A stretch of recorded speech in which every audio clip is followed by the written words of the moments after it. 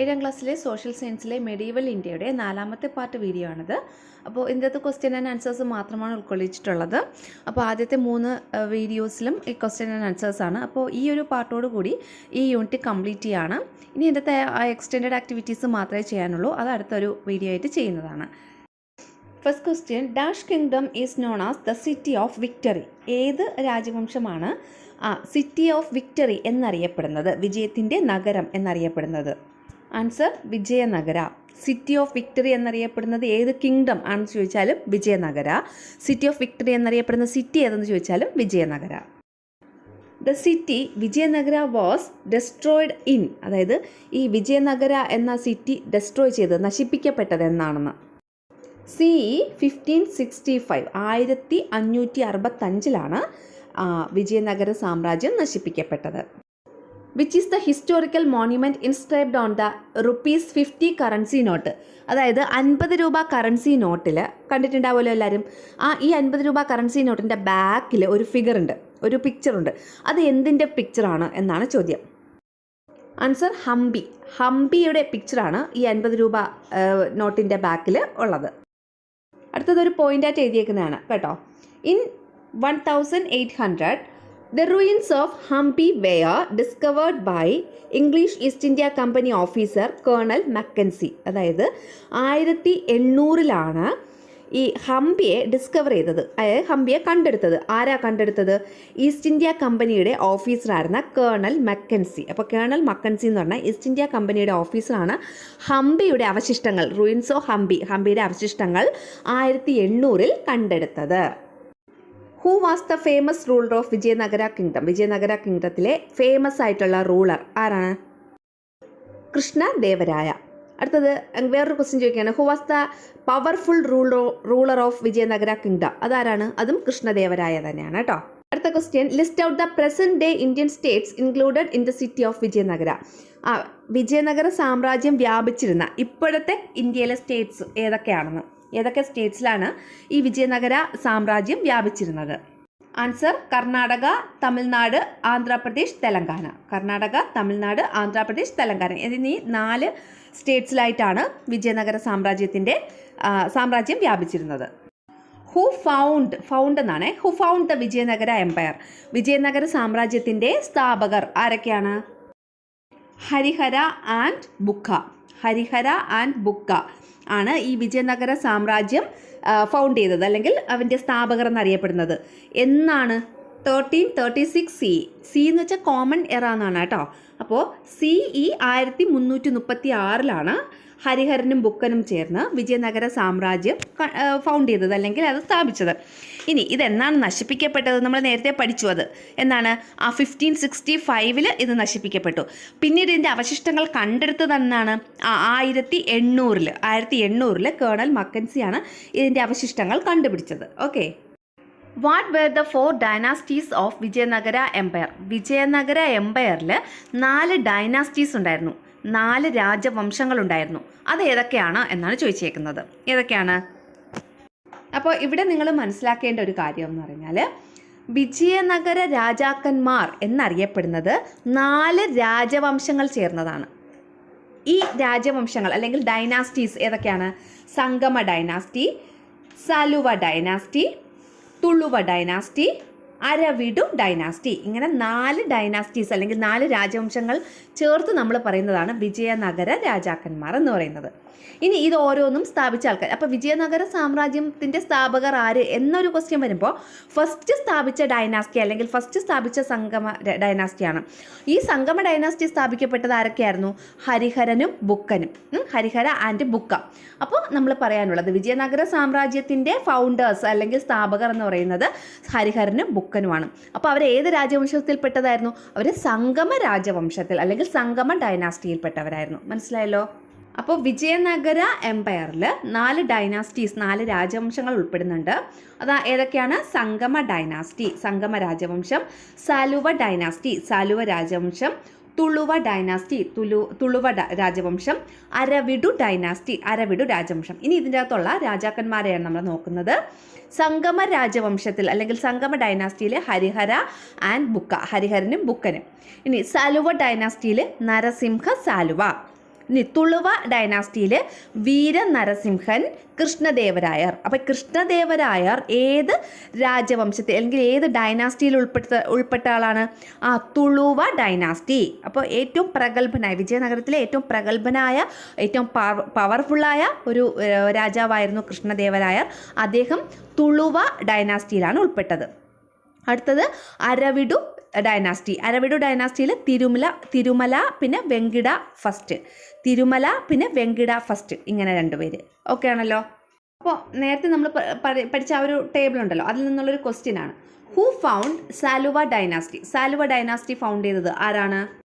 നരസിംഹ സാലുവ. ആരാണ്? നരസിംഹ സാലുവയാണ് ഏത് സാലുവ ഡൈനാസ്റ്റിയുടെ ഫൗണ്ടർ. അടുത്തത് Krishnadevaraya is the ruler of which dynasty? Krishnadevarayar ഏത് ഡൈനാസ്റ്റിയിലെ റൂളറായിരുന്നു? ഏതാണ്? തുളുവ ഡൈനാസ്റ്റിയിലെ റൂളറായിരുന്നു Krishnadevarayar. Name the Portuguese traveller അല്ലെങ്കിൽ European traveller who visited India during the reign of Krishnadevaraya. കൃഷ്ണദേവരായരുടെ ഭരണകാലഘട്ടത്തിൽ ഇന്ത്യ സന്ദർശിച്ച പോർച്ചുഗീസ് ട്രാവലർ അല്ലെങ്കിൽ യൂറോപ്യൻ ട്രാവലർ ആരായിരുന്നു? Answer Barbosa. ആരാണ്? ബാർബോസ. അടുത്ത question. The period when Krishnadevaraya ruled Vijayanagara. Vijayanagara സാമ്രാജ്യം കൃഷ്ണദേവരായ റൂൾ ചെയ്തത് അല്ലെങ്കിൽ ഭരിച്ചിരുന്ന കാലഘട്ടം 1509 1509 മുതൽ 1529 1529 വരെയുള്ള കാലഘട്ടം. അതായത് ടോട്ടൽ 20 വർഷമാണ് വിജയനഗര എംപയർ കൃഷ്ണദേവരായ റൂൾ ചെയ്തത്, ഭരിച്ചത്. അടുത്ത question. What are the important works of Krishnadevaraya? Krishnadevaraya 2 കൃതികളൊക്കെ എഴുതിയിട്ടുണ്ട്. അത് ഏതൊക്കെയാണെന്നാണ് ചോദിച്ചേക്കുന്നത്. അമുക്തമാല്യതയും ജാമ്പവതി കല്യാണവുമാണ് കൃഷ്ണദേവരായരുടെ 2 ഇമ്പോർട്ടൻറ്റ് വർക്ക്സ് എന്ന് പറയുന്നത്. ഓക്കെ, അദ്ദേഹം രചിച്ച 2 കൃതികൾ. അടുത്ത ക്വസ്റ്റ്യൻ നോക്കാം. A group of scholars who adorned the court of Krishnadevaraya. കൃഷ്ണദേവരായരുടെ സദസ്സിനെ അലങ്കരിച്ചിരുന്ന ഒരു ഗ്രൂപ്പ് ഓഫ് പണ്ഡിതരുണ്ട്, ഒരു പണ്ഡിത സദസ്സുണ്ട്. അതിനെ പറയുന്ന പേരെന്താണെന്ന്? ആൻസർ അഷ്ടദിഗ്ഗജാസ്. എന്താണ്? അഷ്ടദിഗ്ഗജാസ്. അഷ്ടദിഗ്ഗജങ്ങൾ എന്നറിയപ്പെടുന്ന ഒരു പണ്ഡിത സദസ്സുണ്ടായിരുന്നു കൃഷ്ണദേവരായരുടെ കൊട്ടാരത്തിൽ. ഓക്കെ, അടുത്ത question. Make a note comparing the religious policies of Akbar and Krishnadevarayar. അക്ബറിൻ്റെയും കൃഷ്ണദേവരായരുടെയും റിലീജിയസ് പോളിസീസ് അല്ലെങ്കിൽ അവരുടെ മതനയം, അതിനെ കമ്പയർ ചെയ്തിട്ട് നമ്മളൊരു നോട്ട് പ്രിപ്പയർ ചെയ്യാനാണ് പറഞ്ഞിട്ടുള്ളത്. Religious tolerance was the key feature of Akbar and Krishnadevaraya. Religious tolerance എന്ന് വെച്ചാൽ മതസഹിഷ്ണുത, എല്ലാ മതങ്ങളെയും ഒരുപോലെ കാണുക എന്നുള്ളതാണ് മതസഹിഷ്ണുത എന്ന വാക്കുകൊണ്ട് അർത്ഥമാക്കുന്നത്. അപ്പോൾ റിലീജിയസ് ടോളറൻസ് ആയിരുന്നു അക്ബറിൻ്റെയും പിന്നെ കൃഷ്ണദേവരായരുടെയും വളരെ ഒരു കീ ഫീച്ചർ അല്ലെങ്കിൽ ഒരു പ്രധാനപ്പെട്ട സവിശേഷത എന്ന് പറയുന്നത്. അടുത്ത 2ാമത്തെ point. All the religions were treated equally by Akbar and also Krishnadevaraya. അക്ബറും കൃഷ്ണദേവരായരും എല്ലാ മതങ്ങളെയും ഈക്വലി ട്രീറ്റ് ചെയ്തു, ഒരേപോലെ കണക്കാക്കി, ഒരേപോലെ ട്രീറ്റ് ചെയ്തു. അടുത്ത point. People of different religions were allowed to follow their beliefs freely. People of different religions, പല മതവിഭാഗത്തിൽപ്പെട്ട ജനങ്ങൾക്ക് വെയർ അലൗഡ്, അനുവദിച്ചിരുന്നു, പല മതവിഭാഗത്തിൽപ്പെട്ട ജനങ്ങൾക്ക് അനുവദിച്ചിരുന്നു to follow their beliefs freely. To follow their beliefs, അവരുടെ വിശ്വാസങ്ങൾ ഫോളോ ചെയ്യാൻ. എങ്ങനെ? ഫ്രീലി, സ്വതന്ത്രമായിട്ട്. അപ്പോൾ വിവിധ മതവിഭാഗത്തിൽപ്പെട്ടവർക്ക് അവരുടെ വിശ്വാസങ്ങൾ വളരെ സ്വതന്ത്രമായിട്ട് ഫോളോ ചെയ്യാൻ ആര് അനുവദിച്ചിരുന്നു? ഈ അക്ബറും അതുപോലെ കൃഷ്ണദേവരായരും. During the period of Akbar and Krishnadevaraya, കൃഷ്ണദേവരായരുടെയും അക്ബറിൻ്റെയും കാലഘട്ടത്തിൽ equality was enshrined by the judicial system present there. അവിടെ ആ സമയത്ത് അക്കാലത്ത് അവിടെ ഉണ്ടായിരുന്ന ജുഡീഷ്യൽ സിസ്റ്റം, നീതിന്യായ വ്യവസ്ഥ, equality was ensured, equality ensure ചെയ്തിട്ടുണ്ടായിരുന്നു. ഇക്വാലിറ്റി എന്ന് വെച്ചാൽ തുല്യത, അല്ലേ? തുല്യത, അതായത് എല്ലാ ജനങ്ങളെയും തുല്യമായിട്ട് പരിഗണിക്കപ്പെടുക. ആ ഇക്വാലിറ്റി എൻഷോർ ചെയ്തിരുന്നു, എൻഷോർ ചെയ്യാൻ ഉറപ്പാക്കിയിരുന്നു. അപ്പോൾ ഇക്വാലിറ്റി എൻഷോർ ചെയ്തിട്ടുണ്ടായിരുന്നു. ഓക്കെ, ക്ലാസ് നിങ്ങൾക്ക് ഉപകാരപ്രദമാണെന്ന് തോന്നുകയാണെങ്കിൽ ജസ്റ്റ് ഒന്ന് സബ്സ്ക്രൈബ് ചെയ്യാത്ത കൂട്ടുകാരുണ്ടെങ്കിൽ. ഓക്കെ, അടുത്ത ക്വസ്റ്റ്യൻ നോക്കാം. Compare and list the Mansabdari and Amaranayaka practices. അപ്പോൾ നമുക്കറിയാം അമരനായിക എന്ന് പറയുന്നത് കൃഷ്ണദേവരായരുടെ മിലിറ്ററിയാണ്. അതുപോലെ മാൻസബ്ദാരി എന്ന് പറയുന്നത് അക്ബറുടെ കാലഘട്ടത്തിലുണ്ടായിരുന്ന മിലിറ്ററി സിസ്റ്റമാണ്. അപ്പോൾ ഈ 2 മിലിറ്ററി സിസ്റ്റംസും തമ്മിൽ കമ്പയർ ചെയ്യാനാണ് പറഞ്ഞിട്ടുള്ളത്. അപ്പോൾ മാൻസബ്ദാരി സിസ്റ്റത്തിനെ കുറിച്ച് നമ്മൾ ഇതിന് മുന്നേ പറഞ്ഞിട്ടുണ്ടായിരുന്നു, എക്സ്പ്ലെയിൻ ചെയ്തിട്ടുണ്ടായിരുന്നു. അക്ബറുടെ മാൻസബ്ദാരി സിസ്റ്റത്തിനെ കുറിച്ചൊരു നോട്ട് പ്രിപ്പയർ ചെയ്യാൻ പറഞ്ഞിട്ട്. ഇനി നമുക്ക് അമരനായിക സിസ്റ്റം അതും കൂടെ നോക്കാം. അപ്പോൾ അത് വീണ്ടും ഒന്നും കൂടെ എക്സ്പ്ലെയിൻ ചെയ്യേണ്ട ആവശ്യമില്ലല്ലോ മാൻസബ്ദാരി സിസ്റ്റത്തിനെ കുറിച്ച്. പക്ഷേ അതിൻ്റെ നോട്ട് ഞാനിവിടെ കൊടുത്തിട്ടുണ്ട് കേട്ടോ. ഈ നോട്ടിൻ്റെ എക്സ്പ്ലനേഷൻ മുൻപത്തെ പാർട്ടിൽ അവൈലബിൾ ആണ്. ആ പാർട്ടിൻ്റെ ലിങ്ക് ഞാനിവിടെ ഡിസ്ക്രിപ്ഷൻ ബോക്സിൽ കൊടുത്തിട്ടുമുണ്ട് കേട്ടോ. അപ്പോൾ നമുക്കിനി അമരനായക പ്രാക്ടീസ് എന്താണെന്ന് നോക്കാം. The military commanders in the court of Krishnadevaraya is known as Amaranayakas. അതായത് കൃഷ്ണദേവരായരുടെ കോർട്ടിലെ സദസ്സിലെ മിലിറ്ററി കമാൻഡേഴ്സ് ആണ് എന്തെന്നറിയപ്പെടുന്നത്, അമരനായകാസ് എന്നറിയപ്പെടുന്നത്. The kings allotted lands known as Amara to Amaranayakas. അപ്പോൾ ഈ കിങ് അതായത് രാജാവ് കുറച്ച് ലാൻഡ്സ് പിന്നെ അമരനായകാസിന് അലോട്ട് ചെയ്ത് കൊടുത്തിട്ടുണ്ട്. അമരനായകാസിന് കുറച്ച് ലാൻഡ് അലോട്ട് ചെയ്ത് കൊടുത്തിട്ടുണ്ട്. ഈ അലോട്ട് ചെയ്ത ലാൻഡിനെ പറയുന്ന പേരാണ് അമര. അപ്പോൾ അമര എന്ന് പറയുന്ന ലാൻഡ് അമരനായകാസിന് കിങ് അലോട്ട് ചെയ്ത് കൊടുത്തിട്ടുണ്ട്. കിങ് എന്നാൽ നമ്മുടെ രാജാവ്. The administration of Amara was carried out by Amaranayakas. ഈ അമര എന്ന് പറയുന്ന ലാൻഡിൻ്റെ അഡ്മിനിസ്ട്രേഷൻ ഭരണമൊക്കെ ചെയ്യുന്നത് ആരാണ്? ഈ അമരനായകാസ് ആണ്. അമര എന്ന ഈ ലാൻഡിൻ്റെ അഡ്മിനിസ്ട്രേഷൻ അല്ലെങ്കിൽ ഭരണം നടത്തുന്നത് അമരനായകാസ് ആണ്. They had the right to collect taxes from these areas. ഈ അമരനായകാസിന് എന്തുണ്ട്? റൈറ്റ് ഉണ്ട്, അവകാശമുണ്ട്. എന്തിനുള്ള അവകാശം? To collect taxes from these area. ഈ ഏരിയയിൽ നിന്ന് ടാക്സ് കളക്ട് ചെയ്യാനുള്ള അവകാശം അമരനായകാസിനുണ്ട്. ഏത് ഏരിയയിൽ നിന്ന്? അമര എന്ന ഒരു ലാൻഡ് അവർക്ക് അലോട്ട് ചെയ്ത് കൊടുത്തിട്ടില്ലേ, ആ അമര എന്ന് പറയുന്ന ലാൻഡിൽ നിന്ന് ടാക്സ് കളക്ട് ചെയ്യാനുള്ള അവകാശം അമരനായകാസിന് ഉണ്ട്. അടുത്ത point, they paid a fixed amount to the king. എന്നിട്ട് അവരെന്ത് ചെയ്യുന്നു? ഈ കളക്ട് ചെയ്യുന്ന ടാക്സിൽ നിന്ന് ഒരു ഫിക്സഡ് എമൗണ്ട്, ഒരു നിശ്ചിത തുക കിങ്ങിന് പേ ചെയ്യുന്നു, കിങ്ങിന് അടയ്ക്കുന്നു അല്ലേ. അപ്പോൾ അവർക്ക് അലോട്ട് ചെയ്തിട്ടുള്ള ലാൻഡിൽ നിന്ന് അവർ ടാക്സ് കളക്ട് ചെയ്യുന്നു. അവർ എന്ന് പറയുന്നത് അമരനായകാസ് ടാക്സ് കളക്ട് ചെയ്യുന്നു. എന്നിട്ട് ആ ടാക്സിൽ ഒരു ഫിക്സഡ് എമൗണ്ട്, ഒരു നിശ്ചിത എമൗണ്ട് അവർ ആർക്ക് പേ ചെയ്യുന്നു? ആ കിങ്ങിന് പേ ചെയ്യുന്നു. അടുത്ത point, they maintained A certain number of food soldiers, horses and elephants. ഈ അമരനായകാസ് ഉണ്ടല്ലോ, മെയിൻറ്റെയിൻ ചെയ്യുന്നു അല്ലെങ്കിൽ നിലനിർത്തുന്നു. എന്തിനെ നിലനിർത്തുന്നു? Certain number of food soldiers, കുറച്ച് കാലാൾപ്പട, പിന്നെ ഹോഴ്സസ് കുതിരകളെ, എലിഫൻസിനെയൊക്കെ നിലനിർത്തുന്നു. ഈ അമരനായകാസ് അവരുടെ ആവശ്യങ്ങൾക്ക് വേണ്ടിയിട്ട് കുറച്ച് ഫുഡ് സോൾജിയേഴ്സിനെയും ഹോഴ്സസിനെയും എലിഫൻസിനെയൊക്കെ നിലനിർത്തുന്നു. ഇത്രയാണ് അമരനായകാസ് എന്ന മിലിറ്ററി സിസ്റ്റത്തിനെ കുറിച്ച്. അടുത്ത question, make a note on social situations in Vijayanagara. വിജയനഗരത്തിലെ സാമൂഹിക അവസ്ഥ എങ്ങനെയായിരുന്നു എന്നതിനെക്കുറിച്ചൊരു നോട്ട്. ഒന്നാമത്തെ point, Vijayanagara society consist of various caste and religions. Vijayanagara സൊസൈറ്റിയിൽ വ്യത്യസ്തങ്ങളായ കാസ്റ്റും റിലീജിയൻസും ഒക്കെ, വ്യത്യസ്തങ്ങളായ ജാതി മതമൊക്കെ ഉണ്ടായിരുന്നു. Brahmins were the dominant group in the society. ആ സൊസൈറ്റിയിലെ ഏറ്റവും ഉന്നത സ്ഥാനം വഹിച്ചിരുന്നത് ബ്രാഹ്മിൻസ് ആയിരുന്നു. ഡോമിനൻറ്റ് ഗ്രൂപ്പ്, ഏറ്റവും ടോപ്പിലുള്ള ആൾക്കാരായിരുന്നു? ബ്രാഹ്മിൻസ് ആയിരുന്നു. The revenue from the land allotted to the temples belonged to the Brahmins. ഈ ടെമ്പിളിന് വേണ്ടിയിട്ട് കുറച്ച് ലാൻഡ് അലോട്ട് ചെയ്ത് കൊടുത്തിട്ടുണ്ടായിരിക്കും. ഈ ലാൻഡിൽ നിന്ന് കിട്ടുന്ന റവന്യൂ എന്ന് പറയുന്നത് ആർക്ക് അവകാശപ്പെട്ടതാണ്? ബ്രാഹ്മിൻസിന് അവകാശപ്പെട്ടതാണ്. അടുത്ത point, Brahmins used to lead the rituals and religious ceremonies in the temples. ഈ ടെമ്പിൾസിൽ റിച്വൽസ്, അനുഷ്ഠാന കർമ്മങ്ങളും പിന്നെ റിലീജിയസ് സെറമണീസ്, മതപരമായ ചടങ്ങുകളൊക്കെ ഉണ്ടായിരിക്കും.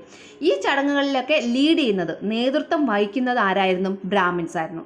അപ്പോൾ ബ്രാഹ്മിൻസ് ലീഡ് ചെയ്തിരുന്നത് ഇതിലൊക്കെ the rituals and religious ceremonies in the ടെമ്പിളിലെ അനുഷ്ഠാന കർമ്മങ്ങളിലും മതപരമായ ചടങ്ങുകളിലും ഒക്കെ ലീഡ് ചെയ്തിരുന്നത്. അടുത്തത്, other sections of the society were mainly engaged in agriculture, trade and handicrafts. പിന്നെ ആ സൊസൈറ്റിയിലെ അല്ലെങ്കിൽ സമൂഹത്തിലെ മറ്റ് വിഭാഗത്തിൽപ്പെട്ട ആൾക്കാരൊക്കെ എൻഗേജ് ചെയ്തിരുന്നത്, അതായത് ഏർപ്പെട്ടിരുന്നത് ഏതിലൊക്കെയായിരുന്നു? അഗ്രികൾച്ചർ, കൃഷി, ട്രേഡ്, വ്യാപാരം, ഹാൻഡിക്രാഫ്റ്റ്സ്, കൈത്തൊഴിൽ, ഇതിലൊക്കെ ആയിരുന്നു. അടുത്ത point, kings employed women to prepare accounts of the palace and the decorate gardens. ഈ രാജാവ് സ്ത്രീകൾക്ക് പണി കൊടുത്തിരുന്നു അല്ലെങ്കിൽ സ്ത്രീകൾക്ക് ജോലി കൊടുത്തിരുന്നു. എന്തിനൊക്കെയാണ്? To prepare accounts of the പാലസിലെ അക്കൗണ്ടൊക്കെ ക്ലിയർ ചെയ്യാൻ വേണ്ടി അല്ലെങ്കിൽ പ്രിപ്പയർ ചെയ്യാൻ വേണ്ടിയിട്ട്. അക്കൗണ്ട്സ് എന്ന് വെച്ചാൽ കണക്കുകളൊക്കെ നോക്കി അതൊക്കെ ക്ലിയർ ചെയ്യാൻ വേണ്ടിയിട്ടും. ആൻഡ് ഡെക്കറേറ്റ് ഗാർഡൻസ്, ഗാർഡൻ, ഉദ്യാനങ്ങളൊക്കെ ഡെക്കറേറ്റ് ചെയ്യാൻ അല്ലെങ്കിൽ അതിനെ പരിപാലിക്കാൻ, അങ്ങനെയൊക്കെയുള്ള ജോലികൾ രാജാക്കന്മാർ സ്ത്രീകൾക്ക് കൊടുത്തിട്ടുണ്ടായിരുന്നു. ഇവിടെ ഇതാ വേണ്ട, ആൻഡ് ഡെക്കറേറ്റ് ഗാർഡൻസ് അങ്ങനെ മതി കേട്ടോ. അടുത്ത പോയിന്റ് നോക്കിക്കോ, പോളിഗ്യാമി പ്രിവൈൽഡ് അമംഗ് ദ വെൽത്തി. അതായത് പോളിഗാമി എന്ന് വെച്ചാൽ ബഹുഭാര്യാത്വം, ഒരാൾക്ക് തന്നെ ഒന്നിൽ കൂടുതൽ ഭാര്യമാരുണ്ടാകുന്നതിനാണ് പോളിഗാമി എന്ന് പറയുന്നത്. അത് സമൂഹത്തിൽ നിലനിന്നിരുന്നു. എങ്ങനെയുള്ള ആൾക്കാർക്കിടയിൽ? സമ്പന്നർക്കിടയിൽ. വെൽത്തി, എമംഗ് ദി വെൽത്തി എന്ന് വെച്ചാൽ ആ സമ്പന്നരായ ആൾക്കാർക്കിടയിൽ പോളിഗാമി, ബഹുഭാര്യാത്വം അല്ലെങ്കിൽ ഒന്നിൽ കൂടുതൽ ഭാര്യമാർ, അത് നിലനിന്നിരുന്നു. അടുത്ത point, child marriage and the practice of sati were also prevalent in society. സൊസൈറ്റിയിൽ ചൈൽഡ് മാരേജും പിന്നെ and the practice of sati സമ്പ്രദായവും നിലനിന്നിരുന്നു കേട്ടോ. ഈ പോയിന്റ് വേണമെങ്കിൽ child marriage and the practice of sati were also existed in society അങ്ങനെ വേണമെങ്കിൽ എഴുതാം കേട്ടോ. അടുത്ത question, Domingo Paes who visited Vijayanagara is from which country? Domingo Paes എന്ന് പറഞ്ഞ ആള് വിജയനഗരം സന്ദർശിച്ചിരുന്നു. അയാൾ ഏത് രാജ്യത്തു നിന്നുള്ള ആളായിരുന്നു? ആൻസർ പോർച്ചുഗീസ്, അല്ലെങ്കിൽ അദ്ദേഹം ഒരു പോർച്ചുഗൽക്കാരനായിരുന്നു. Domingo Paes. അടുത്ത question, what were the main sources of income for the government during the Vijayanagara period? Vijayanagara പീരീഡിൽ എവിടെ നിന്നൊക്കെയാണ് ഇൻകം രാജാവിന് ലഭിച്ചിരുന്നത്? എൻ്റെ ആൻസറാണ് land tax, professional tax, building tax, licence fees and fines imposed by the courts. ഇതൊക്കെയായിരുന്നു sources of income for the government during the Vijayanagara period. അപ്പോൾ ഇങ്ങനെ മൊത്തത്തിൽ ഇങ്ങനെ ചെയ്താൽ, അല്ലെങ്കിൽ the main sources of income for the government during the Vijayanagara period was land tax, professional tax, building tax, licence fees and fines imposed by the courts. അതായത് കോർട്ടിൽ നിന്ന് fine ഈടാക്കും. നമ്മുടെ കോടതികളിൽ നിന്ന് ചെറിയ ചെറിയ ഫൈൻസ് ഈടാക്കും. അപ്പോൾ ഈ ഫൈനൊക്കെ ഗവൺമെൻറ്റിലേക്കാണ് അടയ്ക്കുന്നത്. അപ്പോൾ അങ്ങനെയൊക്കെ കിട്ടുന്ന എമൗണ്ട് ആയിരുന്നു ഈ രാജ്യത്തിൻ്റെ ഇൻകം എന്ന് പറയുന്നത്, റവന്യൂ എന്ന് പറയുന്നത്. അടുത്ത question, make a note of the economic situation in the Vijayanagara empire. Vijayanagara സാമ്രാജ്യത്തിൻ്റെ എക്കണോമിക് സിറ്റുവേഷൻ, സാമ്പത്തിക സ്ഥിതി എങ്ങനെയായിരുന്നു എന്ന് നോക്കിയോ. ഒന്നാമത്തെ point, Vijayanagara was a richest country. Vijayanagaram വളരെ റിച്ചസ്റ്റ് ആയിട്ടുള്ള, സമ്പന്നമായിട്ടുള്ള രാജ്യമായിരുന്നു. The main occupation of the people was agriculture. ഇവിടെയുള്ള ജനങ്ങളുടെ പ്രധാനപ്പെട്ട ഒരു ജോലി അല്ലെങ്കിൽ ഓക്കുപ്പേഷൻ, തൊഴിൽ എന്ന് പറയുന്നത് അഗ്രികൾച്ചർ ആയിരുന്നു, കൃഷിയായിരുന്നു. Irrigation was provided in the dry areas around Vijayanagaram. വിജയനഗരത്തിലുള്ള ഡ്രൈ ഏരിയാസിൽ, അല്ലേ, വരണ്ട പ്രദേശങ്ങളിലൊക്കെ ഇറിഗേഷൻ പ്രൊവൈഡ് ചെയ്തിട്ടുണ്ടായിരുന്നു. ജലസേചനം, ഇറിഗേഷൻ എന്ന് വെച്ചാൽ ജലസേചനം പ്രൊവൈഡ് ചെയ്തിട്ടുണ്ടായിരുന്നു. The Kamalapuram lake, Hiriya canal and the dam across the Tungabhadra river strengthened the agricultural sector. അതായത് കമലാപുരം എന്ന് പറയുന്ന ലേക്ക്, പിന്നെ ഹിരിയ കനാൽ, പിന്നെ ഒരു ഡാം, തുംഗഭദ്ര നദിക്ക് കുറുകെ ഒരു ഡാം പണിതിട്ടുണ്ടായിരുന്നു. ഇതൊക്കെ അഗ്രികൾച്ചർ സെക്ടറിൻ്റെ, കാർഷിക മേഖലയെ പുഷ്ടിപ്പെടുത്തി, അല്ലേ, കാർഷിക മേഖലയെ കുറച്ചുകൂടെ നല്ല ബലപ്പെടുത്തി, അല്ലെങ്കിൽ അതിൽ നിന്ന് കൂടുതൽ വിളവ് ലഭിക്കാൻ സഹായകരമായി കേട്ടോ. അടുത്തത്, the main sources of revenue to the government were land tax, professional tax, building tax, licence fees and fines. ഈ ഗവൺമെൻറ്റിന് ലഭിക്കുന്ന ഇൻകത്തിൻ്റെ മെയിൻ സോഴ്സ് എന്ന് പറയുന്നത് ഈ പറയുന്ന land tax, building tax, fine, licence fee, ഇതൊക്കെ ആയിരുന്നു. അടുത്തത്, Vijayanagara was a major trade centre in south India. സൗത്ത് ഇന്ത്യയിലെ ഒരു പ്രധാനപ്പെട്ട ട്രേഡ് സെൻറ്റർ, കച്ചവട കേന്ദ്രം. ട്രേഡ് സെൻറ്റർ എന്ന് വെച്ചാൽ കച്ചവട കേന്ദ്രമായിരുന്നു ഈ Vijayanagara. The rulers greatly encouraged foreign trade. വിദേശ വ്യാപാരം വളരെയധികം അവർ എൻകറേജ് ചെയ്തിട്ടുണ്ടായിരുന്നു, പ്രോത്സാഹിപ്പിച്ചു. ദ റൂളേഴ്സ്, ഈ വിജയനഗര ഭരിച്ചിരുന്ന rulers. The trade was done with Portugal, Arabia, China and Sri Lanka, China, Arabia, Portugal എന്നീ രാജ്യങ്ങളുമായിട്ടായിരുന്നു ട്രേഡ് നടത്തിയിരുന്നത്. അടുത്ത point, income from the trade strengthened the economy of the Vijayanagara. ട്രേഡിൽ നിന്ന് ഇൻകം ലഭിക്കുന്നുണ്ടല്ലോ. ഈ ഇൻകം വിജയനഗരത്തിൻ്റെ എക്കണോമിയെ, അല്ലെങ്കിൽ വിജയനഗരത്തിൻ്റെ സാമ്പത്തിക സ്ഥിതിയെ ശക്തിപ്പെടുത്തി, സ്ട്രെങ്തൻ ചെയ്തു. അടുത്ത question, in Vijayanagara local traders involved in horse trading were known as. Vijayanagara സാമ്രാജ്യത്തിലെ ലോക്കൽ ട്രേഡേഴ്സ് ഉണ്ടല്ലോ, ഹോഴ്സ് ട്രേഡിങ്ങിലുണ്ടായിരുന്നു, അതായത് കുതിര വ്യാപാരത്തിൽ ഏർപ്പെട്ടിരുന്ന ലോക്കൽ ട്രേഡേഴ്സിന് പറയുന്ന പേരെന്താണെന്ന്. ആൻസർ കുതിരച്ചെട്ടീസ്. എന്താണ്? കുതിരച്ചെട്ടീസ് എന്നാണ് അവരറിയപ്പെടുന്നത്. അടുത്ത question, what are the main temples built during the Vijayanagara period. Vijayanagara പീരിയഡിൽ ബിൽറ്റ് ചെയ്ത ടെമ്പിൾസ് ഏതൊക്കെയാണെന്ന്. ഹസാര റാം ടെമ്പിൾ, ഹംപി. എന്താണ് ഒന്നാമത്തത്? Hazara Ram temple, Hampi. 2, Vittala Swami temple, Hampi. Vitthala Swami temple, Hampi. അടുത്തത് വിരൂപാക്ഷ ടെമ്പിൾ, ഹംപി. വിരൂപാക്ഷ ടെമ്പിൾ, ഹംപി. അങ്ങനെ 3 ടെമ്പിൾസ് ആണ് ഈ പറയുന്ന വിജയനഗര പീരീഡിൽ നിർമ്മിക്കപ്പെട്ടിട്ടുള്ളത്, പ്രധാനപ്പെട്ട. Question, what are the characteristics of temple built during Vijayanagara period? Vijayanagara പീരീഡിൽ നിർമ്മിച്ച ടെമ്പിൾസിൻ്റെ സവിശേഷത എന്തായിരുന്നു, അതിൻ്റെ ക്യാരക്ടറിസ്റ്റിക്സ് എന്തായിരുന്നു? Dravidian style of sculpture was dominant during this period. Dravidian style of sculpture, sculpture എന്ന് വെച്ചാൽ ശില്പകല. ദ്രവീഡിയൻ സ്റ്റൈൽ ഓഫ് ദ്രാവിഡ രീതിയിലുള്ള, ദ്രവീഡിയൻ സ്റ്റൈൽ എന്ന് വെച്ചാൽ ദ്രാവിഡ രീതിയിലുള്ള സ്കൾപ്ചർ എന്ന് വെച്ചാൽ ശില്പകലയായിരുന്നു. വാസ് ഡോമിനൻറ്റ് എന്ന് വെച്ചാൽ വളരെ പോപ്പുലർ ആയിരുന്നത് ഡ്യൂറിങ് ദിസ് പീരിയഡ്. ഏത് പീരീഡിൽ? ഈ വിജയനഗര ആ ഒരു ടൈമിൽ, വിജയനഗര പീരീഡിൽ ടെമ്പിളൊക്കെ ബിൽറ്റ് ചെയ്തുകൊണ്ടിരുന്ന സമയത്ത് ദ്രവീഡിയൻ സ്റ്റൈൽ ഓഫ് സ്കൾപ്ചർ ആയിരുന്നു ഡോമിനൻ്റ് ആയിരുന്നത് അല്ലെങ്കിൽ പോപ്പുലർ ആയിരുന്നത്. Another important feature of Vijayanagara style of sculpture, Vijayanagara style of സ്കൾപ്ചറിൽ മറ്റൊരു ഇമ്പോർട്ടൻ്റ് ആയിട്ടുള്ള ഫീച്ചർ എന്ന് പറയുന്നത്, വിജയനഗര സ്റ്റൈൽ ഓഫ് സ്കൾപ്ചർ എന്ന് വെച്ചാൽ വിജയനഗര രീതിയിലുള്ള ശില്പകലയിലെ മറ്റൊരു ഫീച്ചർ എന്ന് പറയുന്നത് gigantic temple gates known as gopurams. Gigantic എന്ന് വെച്ചാൽ ഭയങ്കരമായിട്ടുള്ള, വലിയ എന്നുള്ള അർത്ഥം. ജൈജാൻറ്റിക് ടെമ്പിൾ ഗേറ്റ്സ് എന്ന് വെച്ചാൽ ഈ ക്ഷേത്രത്തിൻ്റെ കവാടം, ഗേറ്റ്, ക്ഷേത്രത്തിൻ്റെ ഗേറ്റ്, അത് ഭയങ്കര ജൈജാൻറ്റിക് ആയിട്ടുള്ളതായിരുന്നു. അതിന് പറയുന്ന പേരാണ് ഗോപുരംസ്. എന്താണ്? ഗോപുരംസ്. അപ്പോൾ ജൈജാൻറ്റിക് ടെമ്പിൾ ഗേറ്റ്സ് ആയിരുന്നു ഈ വിജയനഗരത്തിലെ ടെമ്പിൾ നിർമ്മിക്കുന്നതിലെ ഒരു പ്രധാനപ്പെട്ട ഫീച്ചർ. അതിന് പേരാണ് എന്തോന്ന്? ഗോപുരംസ്. മനസ്സിലായല്ലോ? അടുത്തത്, which language was most developed during the Vijayanagara period? Vijayanagara പീരീഡിൽ ഏത് ലാംഗ്വേജ് ആയിരുന്നു ഏറ്റവും കൂടുതൽ ഡെവലപ്പ് ആയതെന്ന്? തെലുഗു. ഏതാണ്? തെലുഗു ലാംഗ്വേജ് ആണ് ഏറ്റവും കൂടുതൽ ഡെവലപ്പ് ആയത്. അപ്പോൾ ഈ ഒരു യൂണിറ്റ് കംപ്ലീറ്റ് ആയിരിക്കുകയാണ്. ഇനി ഇതിൻ്റെ ഏറ്റവും ബാക്കിൽ എക്സ്റ്റെൻഡഡ് ആക്ടിവിറ്റീസ് എന്ന് പറഞ്ഞിട്ടൊരു കുറച്ച് കൊടുത്തിട്ടുണ്ട്. അപ്പോൾ അതിൻ്റെ അകത്ത് നോക്കിയിട്ട് ആ ക്വസ്റ്റ്യൻ്റെ ആൻസേഴ്സും പിന്നെ ഇതിൻ്റെ അകത്ത് മാക്സിമം എല്ലാ ക്വസ്റ്റ്യൻസും ഉൾക്കൊള്ളിച്ചിട്ടുണ്ട്. ഇനി എവിടെയെങ്കിലും വിട്ടുപോയിട്ടുണ്ടെങ്കിൽ ആ ക്വസ്റ്റ്യനും ആൻസേഴ്സും ഉൾപ്പെടുത്തി നമ്മൾ ഒരു ക്ലാസ്സും കൂടെ ഇടുന്നതാണ്. അപ്പോൾ ഈ ഒരു യൂണിറ്റിൻ്റെ ക്വസ്റ്റ്യൻ ആൻഡ് ആൻസേഴ്സ് മൊത്തം 4 പാർട്ടായിട്ടാണ് ഇട്ടേക്കുന്നത്. ഇനി ഒരു പാർട്ടും കൂടെ വരും, അപ്പോൾ 5ാമത്തെ പാർട്ട്. അപ്പോൾ ഈ വീഡിയോസ് കാണുക, നിങ്ങളുടെ കൂട്ടുകാർക്ക് ഷെയർ ചെയ്ത് കൊടുക്കുക. നിങ്ങളുടെ അഭിപ്രായങ്ങളും നിർദ്ദേശങ്ങളും കമൻസ് ആയിട്ട് രേഖപ്പെടുത്തുക.